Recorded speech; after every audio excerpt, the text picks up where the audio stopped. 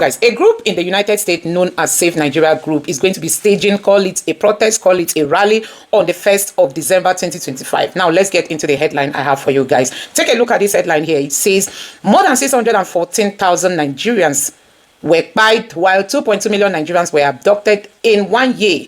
This is coming from NBS. This is like a government body that gives statistics to the public. And this article is dated 18th of December 2024. So it's a recent article. And it's saying that 614,000 Nigerians have been killed, while 2.2 million have been abducted. So guys, that even tells you that the figure the United States is even giving us is like a child's play. Now take a look at this headline here. It says, Nigeria is most dangerous place in the world to be Christian. 50,000 to 100,000 martyred since 2009. This coming from Raimo, the US Congressman. That tells you that their figure is even like a childish play, comparing it with what is actually happening on ground. If the NBS can give us these statistics that in just 1 year, more than 614,000 Nigerians were killed, 2.2 abducted, that tells you that this country is really a country of particular concern. Now, I'm going to allow you to take a look at some of these videos I've got for you. Like Congressman Raimo has come out to reel out some of the plans that they already have for Nigeria. Don't forget that Trump told him to go and come up with a strategy and get back to him. And he was captured in a video, reeling out what they already have on the table. Take your time and watch this video and other videos I have for you guys in this video. Take your time and watch them and let me know what you think in the comment section below. Please don't forget to subscribe and turn on the bell notification. Now take a look. Obviously, we've had a lot of information flows in between my office and people who are actually on the ground and in groups who are on the ground that have been informing a lot of the facts that we've been putting out there. So we're going to come up with a number of suggestions based on this country particular concern designation, which allows 15 different levers to then be open for the president, going from sanctioning individuals to organizations to also withholding foreign aid, military aid, such as train and equip, things like that. We've had over $2 billion in arms sales. Billions of dollars have gone over to the Nigerians in the thought and also guarantee from them that they would defeat and go fight Boko Haram with this security assistance that we've been providing to them over many, many years, and they've not done that. So we're going to have a number of different suggestions that we are going to provide to the president and some ground truth that we're going to be able to give to him. We've also been working with his State Department already, NSC, and in constant contact with the White House on this. Obviously, the president has mentioned me as leading this because it's something I've been so vocal about over the last several months. In some ways, really heavy on my heart. Obviously, our brothers and sisters in Christ being murdered and martyred in the most dangerous country in the world for Christians, which is Nigeria, and seeing our brothers and sisters just face the worst type of death that you can imagine, some burned alive in churches. Every single week there's something happening, all for the very simple reason all they have done is profess their belief in our Lord and Savior Jesus Christ, which is absolute tragedy that they're facing this. So we do have to stand up to this. I believe this is a genocide that's happening. I just had a call earlier today with a bunch of Nigerian activists and also different faith leaders within the Christian communities there. So we're getting a lot of information for the president, and once we have that packaged up, we're going to go up there and talk to him. Isn't there some indication the Nigerian government has started to do a little more to address the issue, perhaps under the pressure of the United States or the increased attention or the threat, as you pointed out, with some of the money that's sent to Nigeria? Has there been a little action on behalf of the government in Nigeria? There's been a little bit of action, but I'm not sure how much of that is window dressing and virtue signaling on their part. But that's something that we're going to get to the bottom of. And it does seem that we're going to have a meeting with the Nigerian government here in the coming weeks, myself and other members of Congress and also the White House. And so we'll be pressing them very hard on what type of metrics that they view for success versus what our metrics of success are, which is preventing the genocide of Christians in Nigeria. So yeah, they've made some, I'd say, positive noises, but I need to see a little bit more positive action. I know the president does as well. Is there any appetite, Congressman? I mean, I think the president posted this as well at one time, like for any type of American military presence in Nigeria. Well, the president, as you know, has put all options on the table, as he always does. He is not going to restrict or restrain himself in trying to get a peaceable solution in any type of country that he's been involved with. They're talking about 8 different peace deals at this point, which President Trump is certainly the peace and prosperity president. So military kinetic action is something that is on the table. What machination that will take, what that would look like, is certainly going to be determined by the response of the Nigerians. But what I'd say is this is a great opportunity for the Nigerian government, President Tinubu, to actually form a deeper and strengthened relationship with the United States by protecting our brothers and sisters in Christ in that country, and actually have a better working relationship than obviously we currently do right now. So this doesn't have to be all sticks. There can be carrots involved in this as well, Will. But it's going to be up to the Nigerian government, President Tinubu, if they would like to take that path rather than the other one. But President Trump's been clear, we're not going to allow this to happen.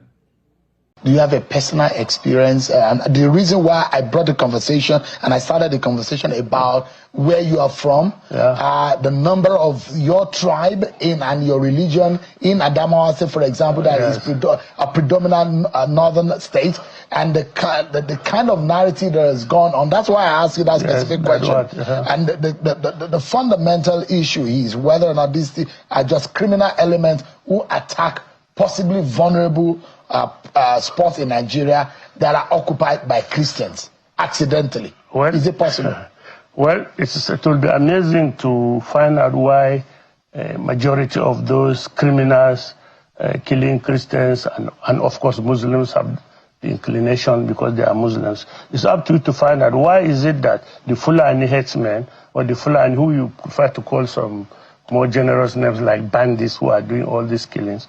Is it not amazing that they are from one single tribe and religion? Is it not amazing? Is it not amazing that they have sufficient armaments at their disposal, which they go around, they kill and maim and loot and burn? Is it not amazing that somebody, it doesn't occur to you, Shevon, that somebody somewhere must be funding them? You're saying that this is an orchestrated because the resources at their disposal is so enormous that sometimes they are better, I mean, all the time they are better armed than the soldiers. All we don't have these days is maybe they are yet to acquire helicopters and bombers.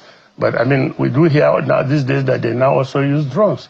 Now, if it is just a primitive, uneducated, bush-living Fulani man that decides to do this, how does he get the knowledge? You have painted a whole tribe, a Fulani tribe. They don't call their own people to order. If one of you goes bad and you don't call him to order, you don't check him, if my son goes out to question him and I don't call him to order, if they say my whole family is involved, you are right. So are you saying Trump is right? Trump might be right, might not be right, but don't forget, Shehu, there was a delegation that first went to United States to tell I think Obama then that Christians were being slaughtered in Nigeria. It included this man. Which man? The president. That APC delegation. I saw the picture. Buhari was there. Amechi was there. I think he was the one even sitting close to the president, where they went to lobby the Americans that the Goodluck Jonathan government was carrying out genocide in Nigeria. So these are the issues that beat your mind. They go there themselves and say it does happen. They come back and when we say it happened, they say no, it doesn't happen anymore because we are in government. And look, the issue is this. Forget about whether there's genocide or not in Nigeria.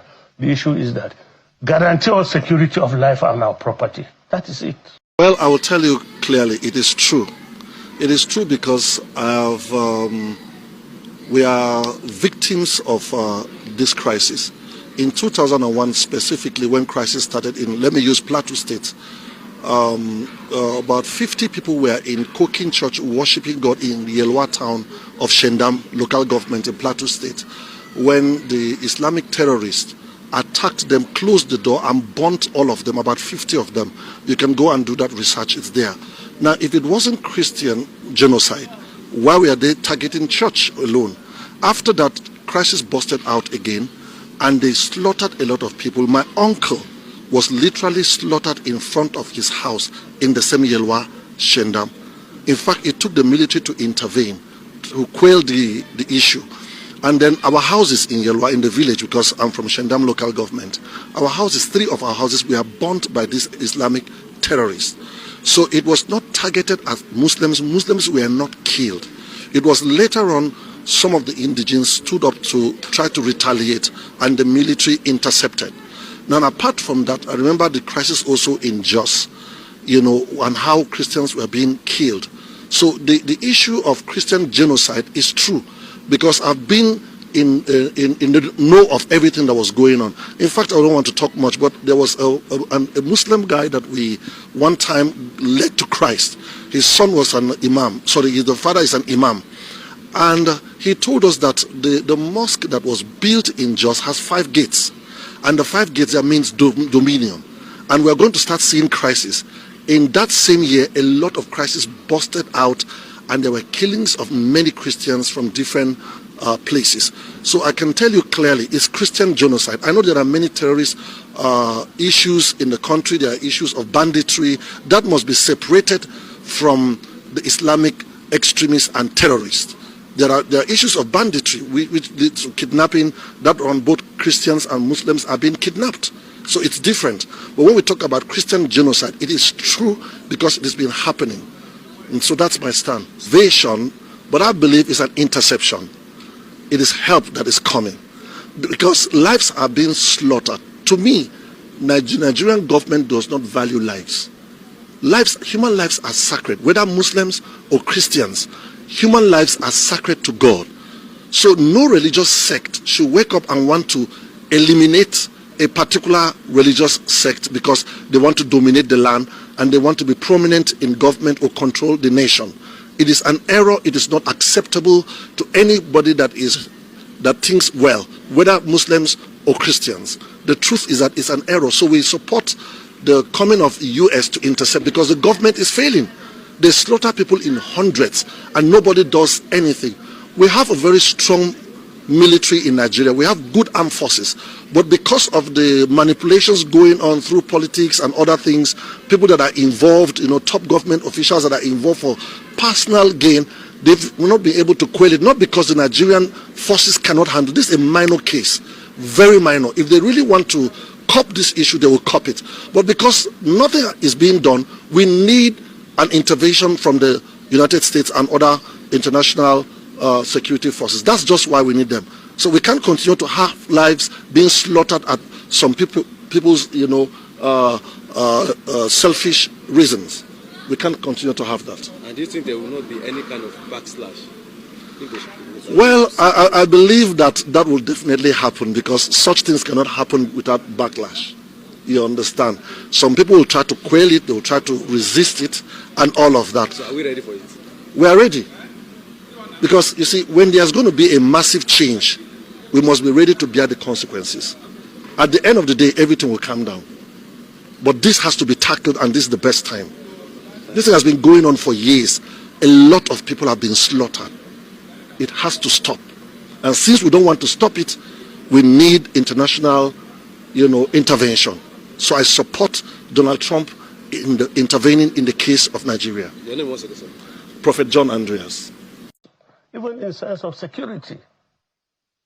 Whatever happened, good luck Jonathan fought insecurity. He did. He was not so successful at it. Buhari took over and did. This government are not interested in that. In fact, is that fair to say? They are not interested in this. There are people, in a state like yours, where people, Adamawa State, that is bedeviled by this insecurity challenge. And one of the 3 states that has faced Boko Haram attacks over the years. Would it be fair tonight to say that this government is doing nothing in terms of security for the soldiers who stay up at night securing the people of Adamawa State, for example? Let me tell you, my friend, don't try to blackmail me. Before this government came into government, Adamawa State was peaceful. Small skirmishes in border areas with Borno State, yes, but completely peaceful. Now we can go to our farms, except for a small area in my local government which borders Sambisa Forest. There's no more this. Sometimes, occasionally, They come down from the mountains in Madagali and maybe come down and forage for food. And anybody they come find on the way, they attack him physically. But Adamawa is extremely relatively peaceful now. And this government made it that way. So things are worse in Adamawa now. Is that what you're saying? Compared to when Buhari was in government 2 years ago? Or By the time Buhari was leaving, Adamawa was completely peaceful. But things are now worse off. But now there are some skirmishes, like in my local government. Suddenly there are some people now coming to invade lands, drive out the people, kill them, and so on and so forth. But it wasn't like that before. During Buhari's time, it was not like that. But someone like the NSA, who is your brother from Adamawa, Yes. who says they are working day and night to fish out these people. Yes. Is that fair to say about your own brother? My own brother. Is it not your brother? My friend. Is it not you're not from We the are same from state? the same state, yes. But you don't belong in the same political alignment. No, we don't. That's why you don't respect whatever work he's doing. I don't see what work he's doing. I mean, if I see what work he's doing, I will tell you. You know me now. I'm never somebody to say what is not there. If I see results of what they are doing, I'll say it. It won't hurt me. It won't kill me. But I don't see it. I mean, yes, I know soldiers are out there. Some are losing their lives. Quite a lot of them are from my community that came back dead. I know that. I know. And the soldiers are losing their lives. And why are they losing their lives? Because the system that's supposed to support them has failed. It has failed. I mean, when you send a soldier into battlefield with an old, antiquated rifle that can only hold 20 rounds of ammunition and is facing an enemy that has chains of 1 kilometer or 1 meter of bullets, and you shoot 1, 2, 3, it hooks, it jams. But why did you change things? You were the former SGF. We did. Who told you we didn't do it? What did you Our do time then? was better. They had better arms. We had this advantage that our own was a soldier. Our head of state was a soldier, and he understood the issues, and he did well. So because President Bola Tinubu is not a soldier, I mean, maybe he doesn't, yes, or maybe he's not interested. let me ask you. You are David. In fact, some people call you Pastor Lawal. I have 2 degrees in theology, Christian theology, yeah. Okay. Well, academically speaking, but practically, are you a practicing pastor? You know, I practice missionary work. When I was young, I used to be a missionary out there in other countries. But you backslided when you grew old. Yeah, well, now I don't do missionary work because, for one, I'm diabetic. I need to carry my injection, which requires refrigeration 24 hours. So you can imagine me in Darfur, where I used to be, or somewhere where there's no electricity, I'll be dead. The younger David Lawal was knew God better. But now I know God better. You have changed your ways. No, I know God better now. You know more money now. So even the service to God, the Shewon is graded according to your ability. So I've just yeah, I know. So the point I'm making is that I'm drawing. Would you regard yourself as a minority Christian in a large? Just for a moment, sir. A minority Christian from a largely Muslim North. No, I don't know. Let's define. There's no minority Christian. There's no minority. Is Christianity a minority? Are they the minority in the northern Nigeria? Oh, I think what you are trying to say, Sean, is that I come from one of the smaller tribes, which in terms of Igbo, Yoruba, Hausa, they are called major tribes because they are larger as ethnic groups. So there are some of us, like my own, probably below 1 million, or if maximum maybe 1 million, and then we aggregate ourselves to form a whole, and then they call us a minority. The minority in the sense that individually we are small, but nothing more than that. So there are Christians in southern part of Borno. The Christians, heavy populations of Christians. In Adamawa, I know there are a lot of Christians too, sending in most part of the northern Nigeria. But there is a perception that Christians are not, voices of Christians are not as prominent in northern Nigeria. But you are one, you are a Christian. Yeah, I'm Christian from one of those tribes, yeah. Okay. You see, you need to look at the historical reasons why this is this. When the British came during their colonial, by that time there was jihad. And the jihad actually went around conquering and installing Islamic emirates. But quite a lot of the tribes resisted them, and they were not able to conquer them. And those tribes, mostly smaller tribes like our own, eventually embraced Christianity, or they were already Christians by the time of the jihad of 1904 or so. But you see, the British had an issue. They wanted to rule through the indirect rule, and they felt that establishing using the emirate system was good because it was already established administratively and so on. So they were collecting tax effectively. So the British leaned on that system and went about, like in Adamawa, where majority of the tribes were not conquered, went about installing and demoting the chiefdoms they met in place. Where there is a chiefdom like my own, where we were first class, they wanted to rule through the indirect system, through the emirate system. So they demoted our own people and gave ascendancy to the newcomer, the emir, the lamido. And so all over the place, that's how it has been. You know, they were not able to conquer us. And this position remained, and that we feel that we are not subservient to the Fulani, then to the Muslims, so to say. Quite a lot of our people converted to Islam eventually, not by coercion of the jihad, but by conviction or whatever. So the dynamics has remained that way. The tension has remained that way. You know, the jihadists feel superior. We feel they are not, because in any case, like me, they didn't conquer my people. They just went to Yola and installed Modibo Adama, who came with the staff from office from Sokoto, and enhanced his status. So this is what has affected the dynamics of the North. Now, majority of us are Christians of those tribes, and we are many. We cut across, like you said. Do you feel subdued? No, we don't feel subdued. And that is the issue. Is there a religious discrimination to the point that it can be described as a deliberate attempt to subjugate or some kind of genocide going on in northern Nigeria? There are two things. You separate the emirate system and the traditional chieftaincy issues aside, jihad and those who were not conquered by jihad, and then the religion. And the consequent upon that, what is the dynamics between the Christianity and Islam? It appears that the jihadists have not forgiven the Christian community for not being conquered. And they have consistently used all manner of subterfuge to get that ascendancy. To the extent shown that if you call a Muslim nail cutter today, he's cutting you and he will feel superior to you. Because he's Muslim. Now, one of the reasons why we protested the Muslim ticket was because, and I did say it here, it was going to give such fundamentalists, Islamic fundamentalists, the impetus, the courage to go ahead, feeling that now is their government.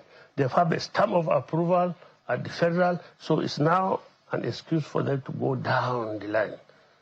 It does happen. I gave you a story one time when a Fulani man, headsman, entered my farm with his cows, and we arrested him.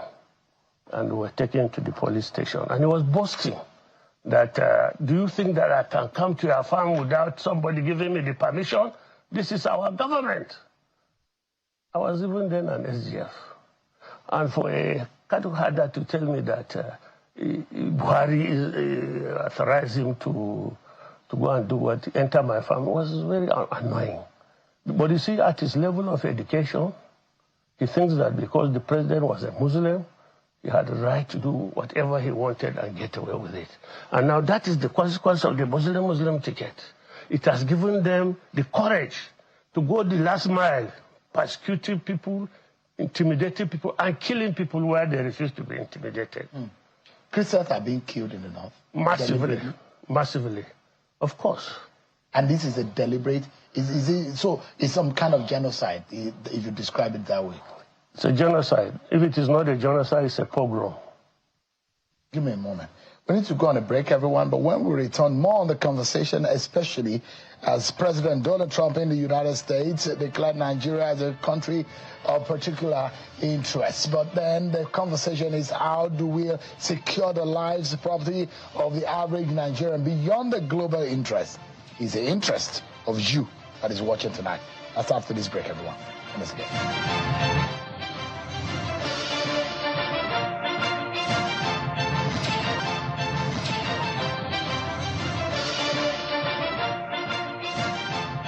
Everyone for staying with us. A former secretary to the government of the Federation, Mr.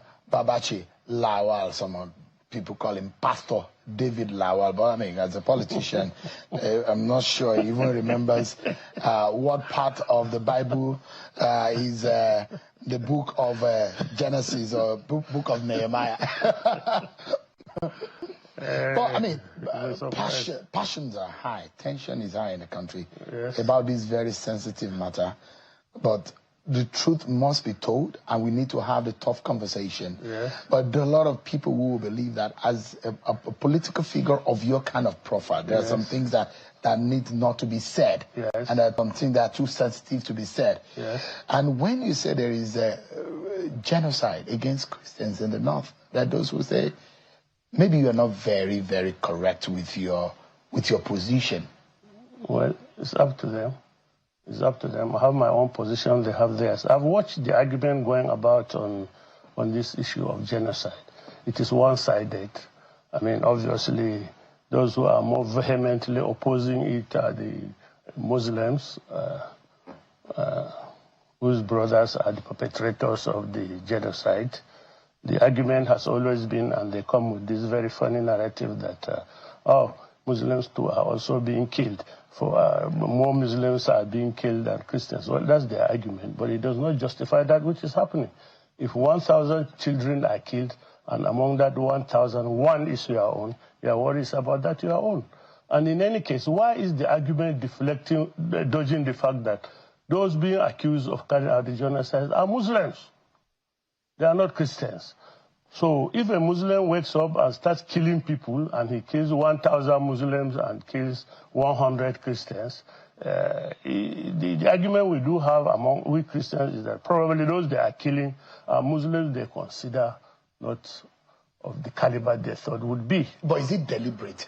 Or these are just ragtag criminals who are give me a break. You come about 500 of you on a motorcycle, you enter a village, burn it, kill it, cut off the head of the pregnant woman, slit her stomach to bring out the Christian child. But does criminality know religion? Do they ask people, are you a Christian or a Muslim before they kill them? They kill you because they are a Christian, and also they kill Muslims because they don't think they are good Muslims. Everybody agrees with If I see you on the road, your Christianity is not written on your head. Yes, yes. So, and if anybody attacks you... But if you come to Benue State, and you go to a village in Benue State and kill everybody, you can't claim that you don't know that that community is wholly Christian.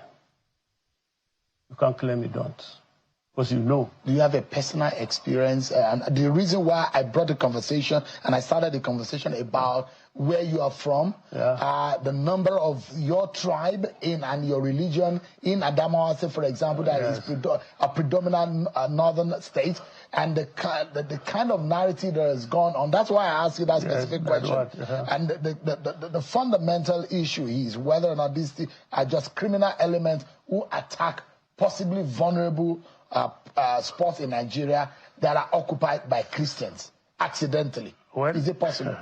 Well, it will be amazing to find out why a majority of those criminals killing Christians and of course Muslims have the inclination because they are Muslims. It's up to you to find out why is it that the Fulani headsmen or the Fulani who you prefer to call some more generous names like bandits who are doing all these killings.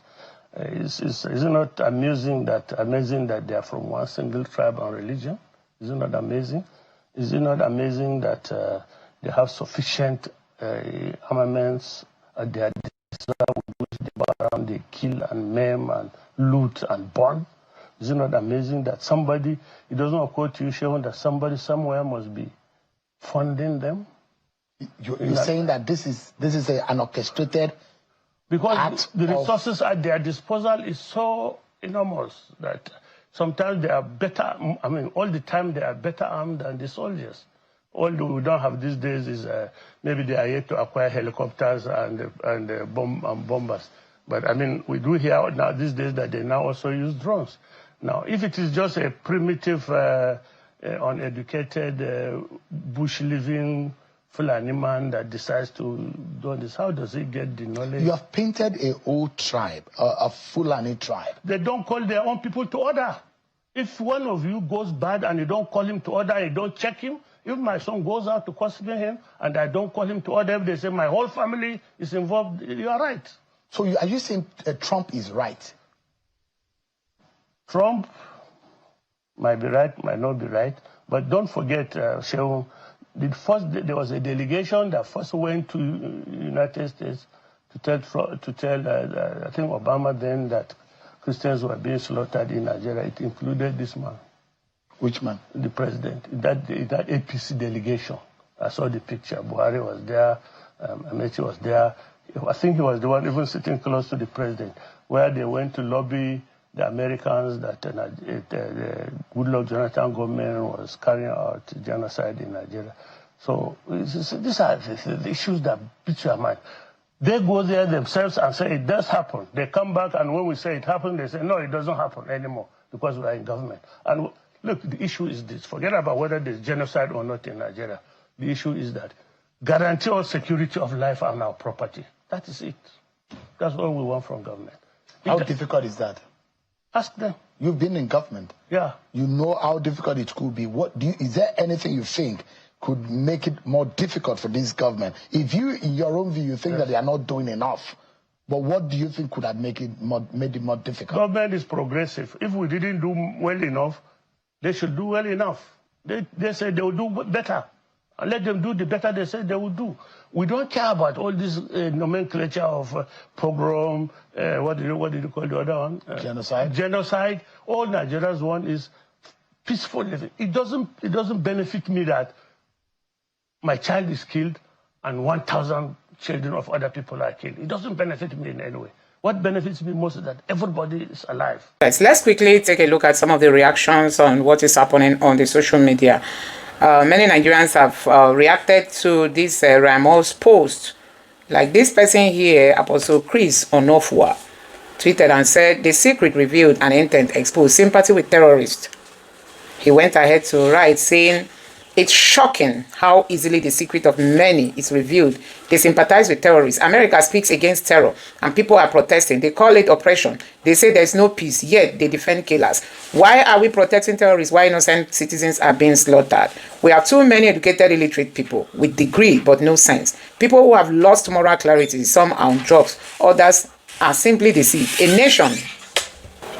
nation where people defend evil and call it justice is a nation buried in darkness. Sometimes, when I listen to the comments and statements of certain individuals, I wonder how long we have lived among human beings who have lost their conscience. He went further to say that how many are running a false narrative claiming that it was a section of the nation that petitioned America to come to Nigeria. Why now? Last week it was America coming to steal our resources. America is coming to destroy our country. The same people pushing this false narrative have been living in comfort and silence, unconcerned about the daily bloodshed around them.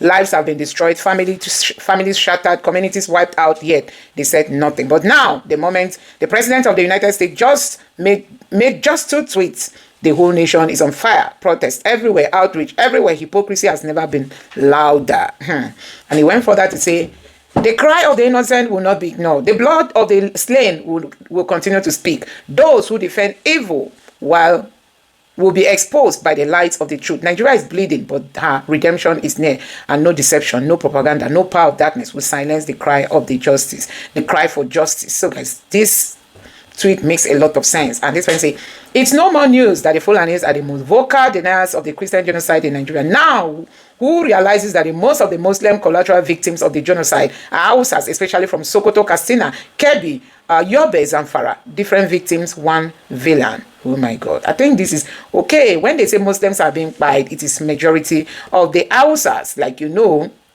that is also what Babache Lawa has come out to say. That is mostly the Hausas, not the Fulanis. And this person, my heart breaks on Nigeria. Thousands of Christians killed, churches destroyed, lives shattered. All for their faith. How many more must suffer before the war truly ceases? Yet half of Nigerian population is Christians, but you exactly what you want from pushing the unfounded narrative. This person here say, remember the weapons of mass destruction and how America protected their prior to launching their shock and awe attack on Iraq. They are playing the same old tune again. UAE are supplying the ammunition and Christian missionaries creating the problems. Here we are again. And this one, the solution of Nigeria problem is President Donald Trump. Another person here, freedom and justice to Christian nation. And this person here said, that's just the truth. Northern Nigeria, to be precise. Absolutely true. APC is the marketing Nigeria. Thanks for speaking up, sir. So these are reactions from Nigerians, you know, applauding what Raymore has just tweeted. Honestly, I'm just wondering how we get to where we are today as a country, where the lives of people mean nothing. And now that a Messiah is coming, quick and swift to save this country, people are still like downplaying what is happening in the country. It's really, really so sad, unbelievable that they are now using just Muslims who are being killed. Tell us where the Fulanis are being killed. We want to know where the Fulanis are being killed in this nation. Let me know your thoughts in the comment section below. Please don't forget to subscribe to the channel and turn on the bell notification. Thank you.